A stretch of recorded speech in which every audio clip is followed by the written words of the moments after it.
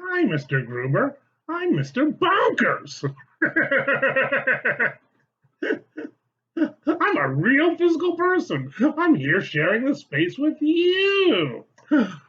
Oh, Mr. Bonkers. It's so nice to talk to you. Yeah, it's really nice to just have a real live conversation. No,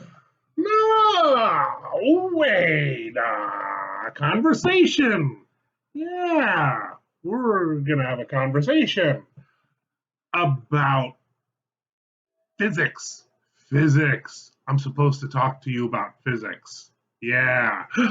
And you are wonderful people. So I think this is what I'm supposed to say. Hello, wonderful people. Hello, wonderful people. Here we are, chapter 32, electrostatics. This is section 5. It's going to cover charging by friction and charging by conduction, although sometimes we say charging by contact. Thank you to Miss Lauren Krawitz, who put this PowerPoint together for me so long ago in a physics class far, far away. Let's do a little review to start off with. Um, oops, electrostatics is about electricity at rest. Um, Protons have positive charge, electrons have negative charge.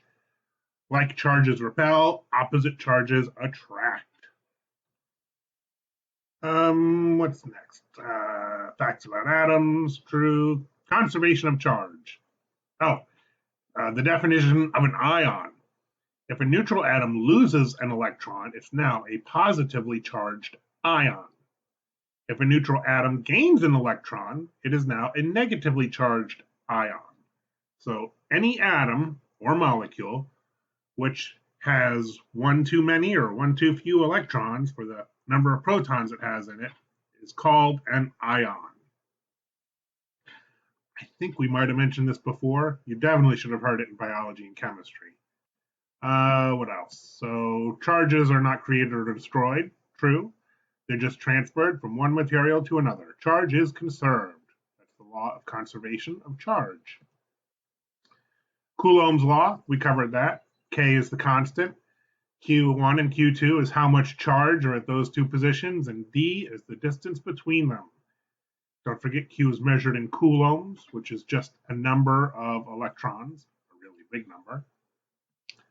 What else? Conductors and insulators. Conductors allow electrons to flow nice and easy. Insulators don't. They hold on to their electrons. The electrons don't move. Semiconductors. You've heard of Silicon Valley. That's why it's called Silicon Valley, because silicon is a semiconductor, and you can use a semiconductor to make computer chips. Now, there's also superconductors. Superconductors allow you to have electricity go from one place to another with no resistance. That would be amazing if we could do that over long distances. Examples, gold is a good conductor, rubber, glass, plastic are good insulators. Okay, ways to charge. So we're going to cover the first two today. That's section 32.5. Charging by friction, we've already talked about. If you're walking along the carpet and, oops, go back, let's start that animation again, over again. You're walking along the carpet, there the guy's losing his electrons into the carpet, and then when he touches the doorknob, the electrons that were in the door flow into him to get the charges all back to neutral. So the charging happens when he's scuffing his feet along the carpet, and the electrons in him, in his rubber sole shoes, are left behind on the carpet. And you can see them in there. So that's charging by friction. Oh, that's a nice little sentence down there. Okay, there's another example. This is the one I wish I could hand you out the fur and the glass and plastic rods. But if you rub the rubber rod over the fur wool, then the electrons come off the fur and get stuck to the rod. How do you do that? By friction. You have to rub the rod along the fur. So that's charging by friction. Does that make sense? If you have friction with something, Somebody's gaining the electrons and something's losing the electrons. Then there is charging by contact. Okay, charging by contact. So here you can see the person's holding the rubber rod that we just had, and it has all those extra electrons on it. If he brings it in and touches the metal sphere, the electrons are repulsing each other, right? Because like charges repel. So those charges want to spread out. So they go from the rubber rod onto the metal sphere. I should have had another picture in there.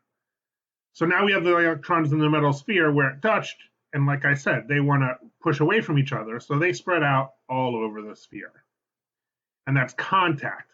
And once they're touching, well, the motion of electrons, that's called conduction. So that's why we call it charging by contact or charging by conduction.